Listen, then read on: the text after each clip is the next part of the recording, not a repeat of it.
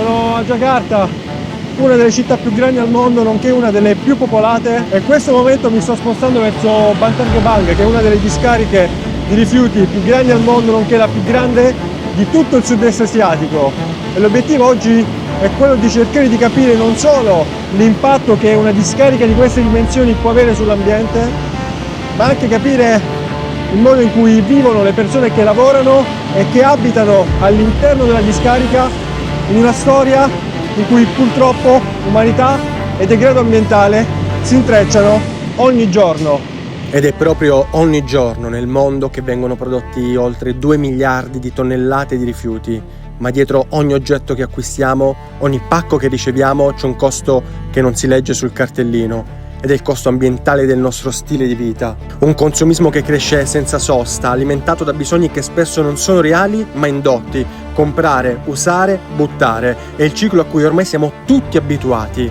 Ma dove finisce tutto quello che gettiamo via? Mentre nei paesi più ricchi il rifiuto scompare alla vista, in altri angoli del mondo diventa paesaggio. L'Indonesia oggi è tra i paesi più inquinati del mondo. Ogni anno tonnellate di plastica e immondizie invadono fiumi, città, foreste e mari.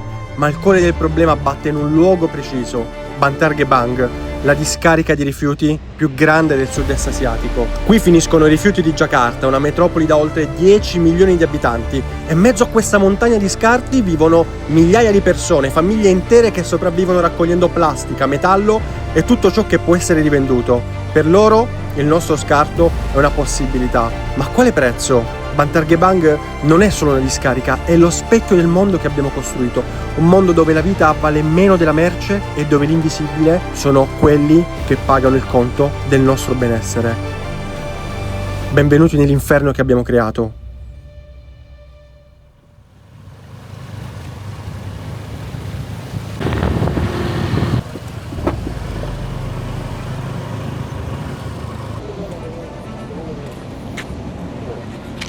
Io sono appena arrivato qui nella discarica e c'è una puzza infernale, infatti metto la mascherina per cercare un po' di coprire l'odore e sto salendo in cima a una delle tante montagne di rifiuti. Questa è probabilmente anche una delle più piccole, alta circa 20 metri, e all'interno c'è veramente di tutto, plastica, ma soprattutto abiti di ogni genere. E purtroppo questa è la situazione. Quello che ho davanti a me è difficile da credere, montagne, vere montagne, ma non di terra né di pietra, di spazzatura. Alte come palazzi di 5-6 piani, larghe come campi da calcio, si estendono per chilometri, una dopo l'altra, come una catena montuosa artificiale costruita giorno dopo giorno dai resti del nostro consumo. È una visione surreale, ti senti piccolo, schiacciato da qualcosa che non dovrebbe neanche esistere. Qui la plastica non è più rifiuto, è diventato a tutti gli effetti un ecosistema, un paesaggio, e tutto questo è solo l'inizio. Pensate che all'interno della discarica abitano tantissime famiglie, o comunque se non all'interno della discarica, nelle zone limitrofe. I Pemulung lavorano qui per pochissimi soldi, loro raccolgono rifiuti riciclabili per poi destinarli a degli intermediari per essere pagati veramente poco. Ma è una figura fortemente discriminata qui in Indonesia, in particolar modo qui nell'area di Giacarta, considerata la situazione degradante in cui sono costretti a vivere per pochissimi soldi al giorno. Here live pemulung around 6,000. How many Pemulung work here? In area Bekasi around 400, and in area Jakarta more. How big is the area here? In Bekasi around 20 hectare, and in area Jakarta more than 100. What kind of trash you can find? Yeah, many kind of the rubbish pemulung can take: plastic, iron, rubber. Clothes? Yeah, sometimes, but not for sale. Usually for use by himself. Purtroppo, come vedete, la situazione è questa qui a Bantar Gebang. C'è veramente tutto come rifiuti, plastica soprattutto, ma anche vestiti, scarti di ogni genere, anche materiali organici. C'è tanta gente che lavora qui, ma soprattutto Adesso stiamo per incontrare una famiglia che abita in cima a una di queste montagne di rifiuti. Nella discarica la nostra presenza non passa inosservata. Ad accoglierci sono gli abitanti di questo posto, in particolare una famiglia che lamenta le condizioni in cui sono costretti a vivere. Enggak sih, enggak pernah dibedakan. Kan sama-sama nyari gitulah, sama-sama nyari duit. Pernah. Sambil kerja di sini? Iya, pernah sambil hamil berapa bulan? 5 bulan saya nyari di sini. Iya, katanya mah kan udah berhenti nyari di rumah gitu. Kan kita kan nyarinya kan masing-masing. Paling ntar kalau ini udah nggak ada, pasti nyarilah buangan lain. Kalau ini masih ada ya di sini. Ntar kalau udah kagak ada, baru kita cari. Ya di sini buat hidup sehari-hari saya. Sehari-hari di sini ya? Iya sehari-hari sini buat makan. Nyaman lah di Bulog, di buangan sampah. Masih bisa kita makan. Mainan aqua botol doang. Nyari pakaian karung. Nyaman setiap hari saya di sini nyaman. Kan ada yang 800, ada yang 1000. Tergantung, ada yang 50 kilo. Buat hidup masing-masing saya masih cukup. E la cosa più impressionante, adesso c'è una ruspa che sta passando qui, che smista i rifiuti. La cosa più impressionante di questa zona è vedere i bambini che giocano all'interno della discarica, perché loro abitano qui, questa è la loro casa a tutti gli effetti. Molti dei Pemulung cominciano a lavorare sin da bambini, non lo fanno per scelta, ma per necessità. Già a 8-9 anni imparano a distinguere plastica, metallo e carta e nel frattempo abbandonano la scuola. Ed è qui che nasce il problema più grande. Senza istruzione, queste persone restano intrappolate in un ciclo che si ripete da generazioni. Niente scuola significa nessuna possibilità di cambiare vita, nessun futuro al di fuori della discarica. E così l'infanzia si consuma tra i rifiuti. Bantar Gebang diventa così un confine invisibile che separa chi ha opportunità da chi non ne ha mai avute.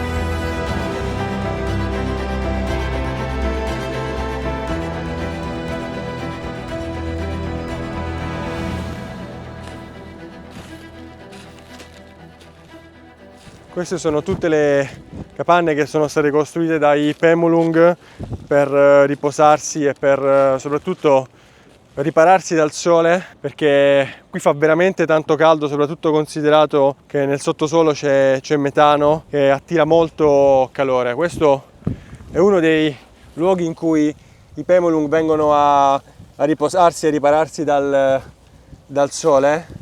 Ed è veramente un problema quando piove, infatti si spostano poi verso altre zone, altre aree quando c'è tanta pioggia. Molti di loro dormono anche all'interno di queste capannine, infatti c'è un po' di tutto qui dentro, ho visto anche delle scarpe. È una situazione veramente drammatica e non pensavo che la situazione fosse questa quando ho deciso di venire qui. Ora, la domanda che tutti voi vi starete ponendo e che anch'io mi sono posto è stata: ma come ci si è arrivati a questa situazione? Possiamo dire che il problema principale nasce da un paradosso geografico-politico. La discarica si trova esattamente tra due territori, quello di Giacarta e quello di Bekasi. Giacarta produce, Bekasi ospita. Ed è proprio questa posizione di confine alimenta un continuo rimpallo di responsabilità tra le due amministrazioni. Da un lato Giacarta sostiene di pagare per la discarica e di aver fatto la sua parte, dall'altro lato Bekasi denuncia gli effetti devastanti per l'ambiente e per la salute pubblica e accusa la capitale di trattarla come un semplice deposito. Il risultato di tutto questo? L'immobilismo, un gigantesco vuoto politico che si traduce in abbandono, e in mezzo a questo vuoto c'è la discarica. Tra l'altro c'è un odore veramente nauseante, ma questo è dovuto al percolato, che è un liquido che deriva dalla decomposizione dei rifiuti ed è altamente inquinante. Negli anni si è cercato di mitigare e ridurre l'impatto ambientale di questo liquido, ma purtroppo la contaminazione è molto elevata, non soltanto del suolo, ma anche delle acque, dei fiumi e dei laghi che si trovano qui in questa zona. Per comprendere davvero quanto siano devastanti gli effetti di questa discarica, mi sposto di appena 200 metri. Poco fuori dalla zona più colpita ci sono scuole, abitazioni e corsi d'acqua, ma anche qui l'impatto è devastante. L'aria è pesante e la vita quotidiana è segnata da un inquinamento che non conosce confini.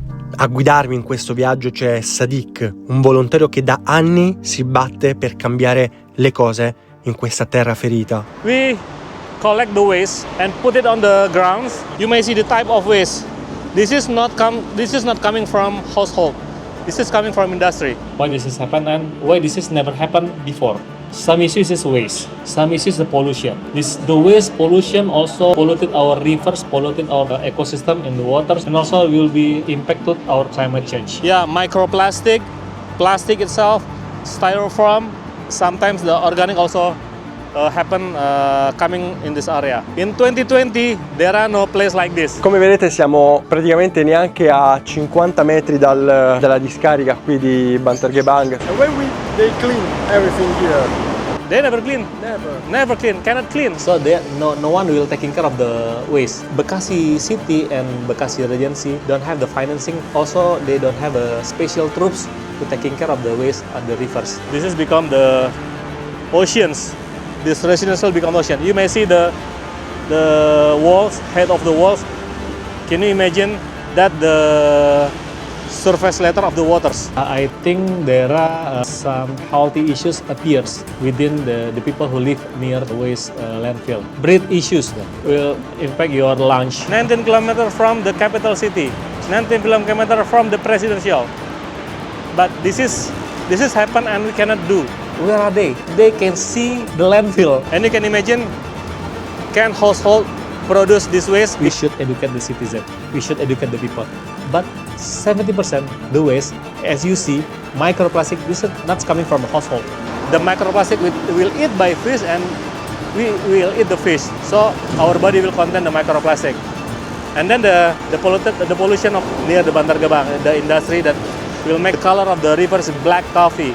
World should change the style of to consume or whatever the lifestyle, or we will facing off the climate change. Finally, in these years they put this. So this is to prevent waste on the crossing all area. If you may see the waters coming from the right side of my body and then from the left side, the colors different. This is not black. This is coming from Bandargebang area. Bandargebang area, we have a landfill, we have industry, we have so many industry on Bandargebang. That's why the colors, when the good one and the bad one mix, become this. The smells not so good. Not all animal can live in this area. Only wild animal like the alligator family. If this area is good, you may see many butterfly live here.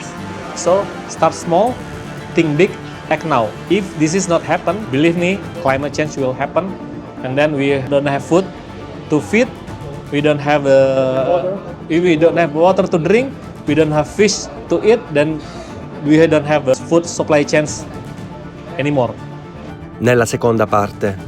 Qui all'interno della discarica lavorano ma soprattutto vivono i Pemulung. Ecco, queste sono alcune delle abitazioni dei Pemulung. Purtroppo li pagano pochi soldi, ma è l'unico lavoro che possono fare. There are so many mafia there. E anche qui c'è tantissima spazzatura e ci sono anche tantissimi bambini, animali.